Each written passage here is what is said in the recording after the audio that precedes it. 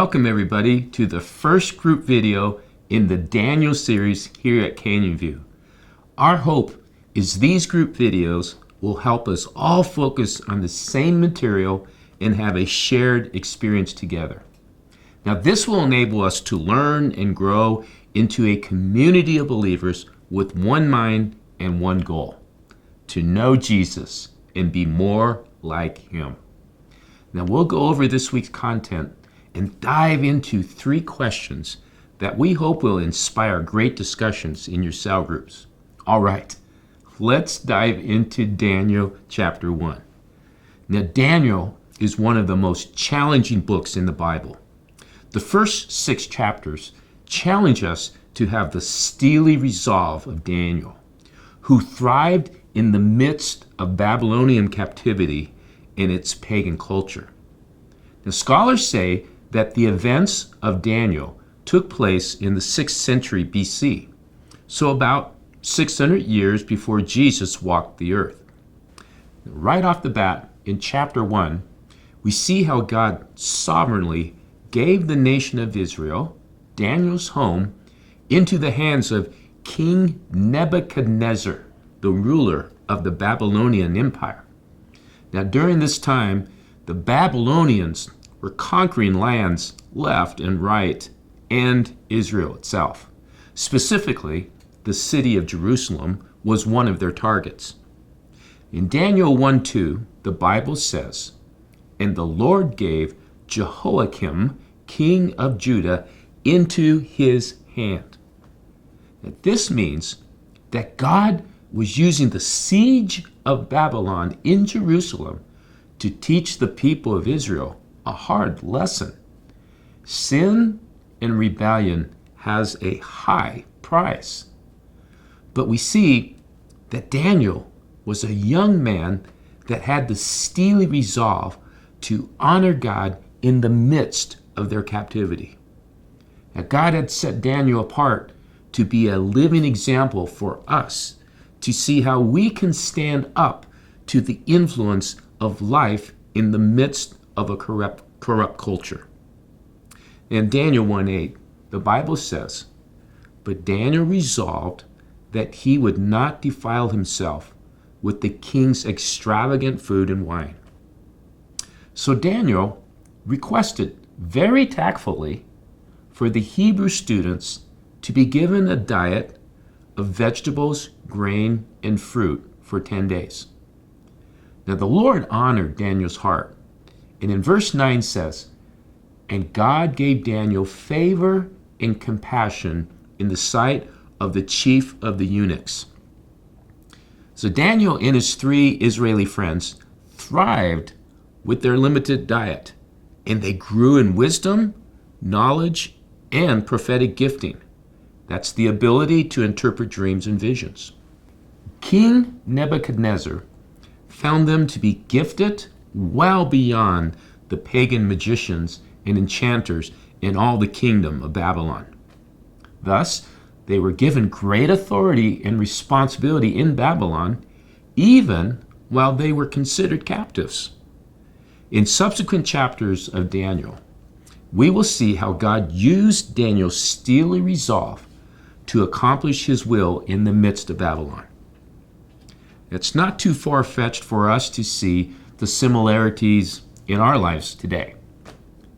We live in a cultural climate where good has become bad and bad has become good. We're faced every day with the indulgent lifestyle that says, "We deserve it. Eat in excess, drink to your heart's content, and what we do in Vegas stays in Vegas."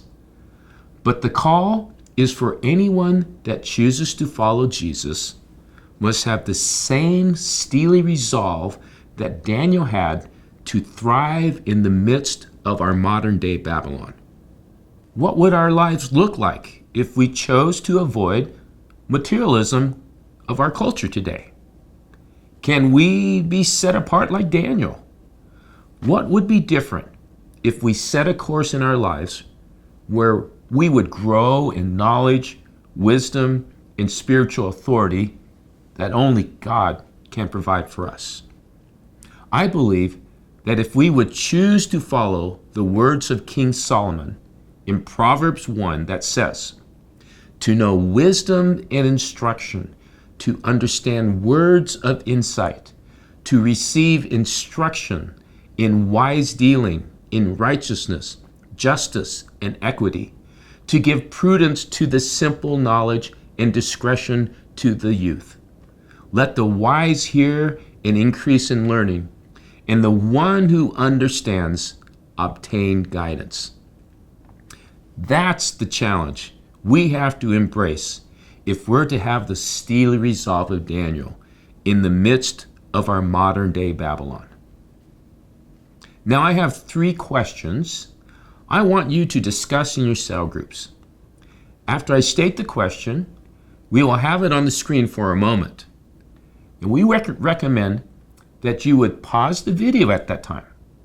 Discuss the question in your group, and then when you are ready, hit play and move on to the next question. Make sense? All right. Here are the questions. Number 1. In Daniel 1:2, the Bible says, "And the Lord gave Jehoiakim, king of Judah, into his hand." Put yourself in Daniel's shoes for a moment.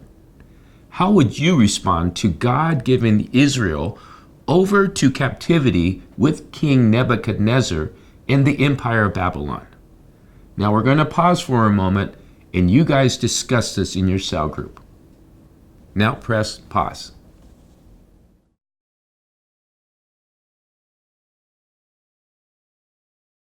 Number 2, Daniel had a resolve to not indulge in the excesses of the Babylonian king's table. What are ways that you are challenged with similar temptations in our day and age? Now press pause. Discuss that among your cell groups.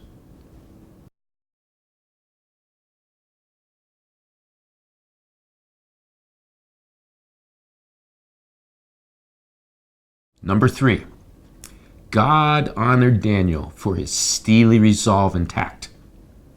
Have you seen God honor you or give you favor in any way for standing up for biblical principles? What ways has it caused hardships in your life? Now press pause. Discuss that in your group right now.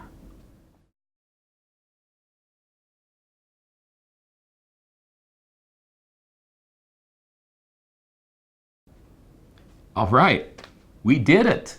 We made it through the first group video. Hey, in the following days until we all meet again, I encourage you all to read the daily passages of Daniel that we have laid out for you on the back of the bulletin. Pray daily that God would reveal to you what he would have you learn during this time. And of course, we look forward to gathering together Sunday mornings to worship and celebrate what God is doing in our lives and in our community. Thank you all. Have fun, and God bless you.